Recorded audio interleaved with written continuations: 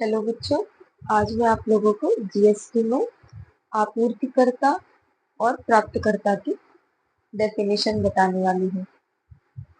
आपूर्तिकर्ता की जो डेफिनेशन है वो कौन से सेक्शन में दी गई है? तो ये सेक्शन 2 और अंडर सेक्शन 105 धारा 2 और उपधारा 105 के अंदर आपूर्तिकर्ता की परिभाषा दी गई है।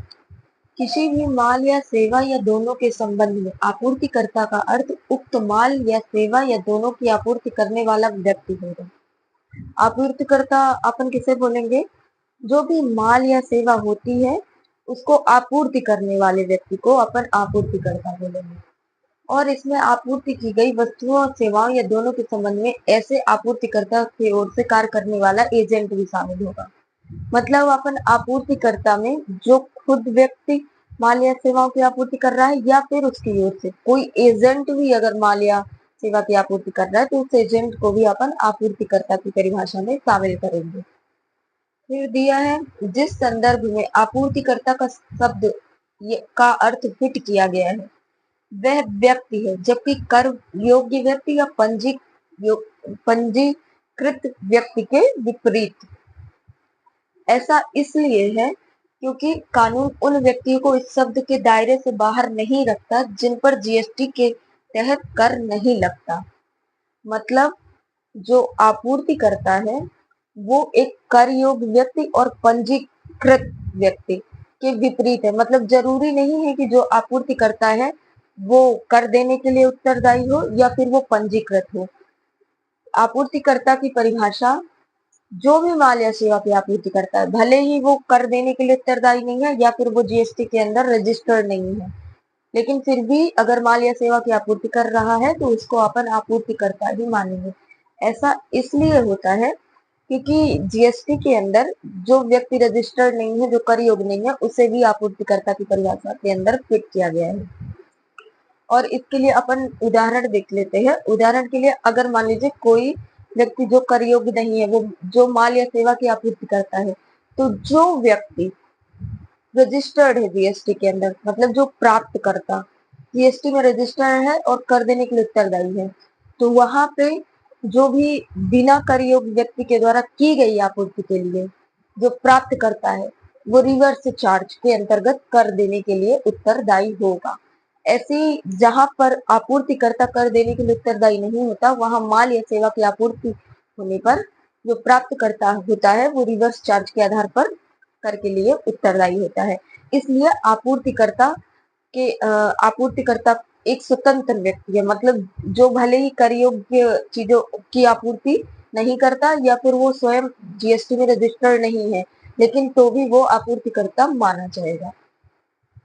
आपूर्तिकर्ता की ओर से आपूर्ति करने वाला एजेंट भी आपूर्तिकर्ता के अर्थ में शामिल किया गया है। यह सुनिश्चित करना कि आपूर्तिकर्ता के ओर से एजेंट द्वारा उसकी ओर से बिक्री करने के लिए उठाए गए चालान वैध चालान के रूप में योग्य हो, जैसे कि आपूर्तिकर्ता द्वारा स्वयं जारी किए गए हैं। जो भी आपूर्तिकर्ता की ओर से एजेंट होता है, जो माल या सेवा की आपूर्ति करता है, उसे भी आपूर्तिकर्ता माना गया है।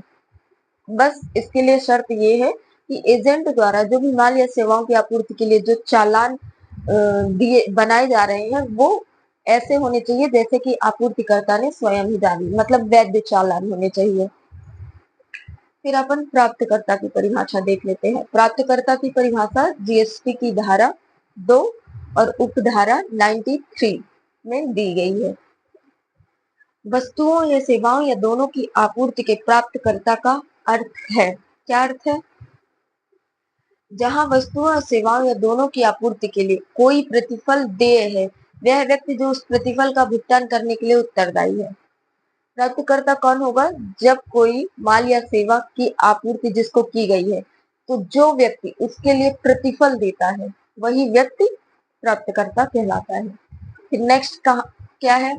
जहां माल, मतलब गुड्स, यहाँ पे गुड्स के बारे में बोला गया है। जहां माल की आपूर्ति के लिए कोई प्रतिफल दे नहीं है, अपन ने एक तो पढ़ लिया जहां प्रतिफल दे है माल या सेवा के लिए, वहां पे जो भी प्रतिफल देगा वो प्राप्तकर्ता होगा।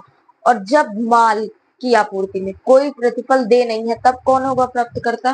तो जब माल की आपूर्ति के लिए कोई प्रतिफल दे नहीं है, वह व्यक्ति जिसे माल वितरित किया जाता है या उपलब्ध कराया जाता है, या जिसे माल का कब्जा या उपयोग दिया जाता है या उपलब्ध कराया जाता है, और जहां किसी सेवा की और जहां पे किसी सेवा की आपूर्ति के लिए भी कोई प्रतिफल दे नहीं है, वहां कौन होगा प्राप्तकर्ता?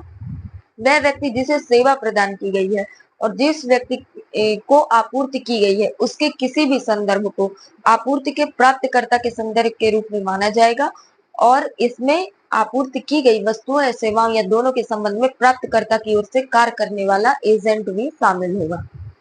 यहाँ पे क्या बोला गया है? जब माल या सेवा के बदले कोई प्रतिफल दे नहीं होता, तब प्राप्तकर्ता कौन होगा? जिसे माल या सेवा दी जाती है, उपलब्ध कराई जाती है, जिसे माल या सेवा की आपूर्ति की जाती है, या उसकी ओर से कोई कार्य करने वाला एजेंट है, उसने माल या सेवा प्राप्त की है, तो उन्हें ही प्राप्तकर्ता माना जाएगा। अब अपन प्रधान यानी कि प्रिंसिपल की परिभाषा देख लेते हैं। तो जीएसटी के अंदर प्रधान या प्रिंसिपल की परिभाषा दी गई है धारा 2 और उपधारा 88 में। प्रधान से क्या आशय है? प्रधान से आशय एक ऐसे व्यक्ति से है जिसकी ओर से कोई व्यक्ति एजेंट की तरह वस्तुओं या सेवाओं का कारोबार कर रहा है। प्रधान कौन होगा? जिसका कोई एजेंट होगा। अगर कोई एजेंट ही नहीं होगा तो वो प्रधान या प्रिंसिपल क्यों कहलाएगा? इसलिए प्रधान की परिभाषा धारा 2 सबसेक्शन 88 में बोली गई है कि प्रधान वह व्यक्ति होगा जिसके ओर से माल या वस्तुओं का कारोबार कोई एजेंट कर रहा होगा।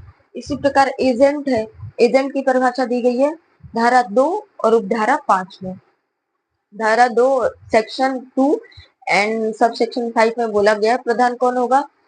कोई एजेंट या दलाल जिसका कोई प्रधान होगा वो एजेंट होगा। ठीक है बच्चों, आज के लिए इतना ही। Thank you.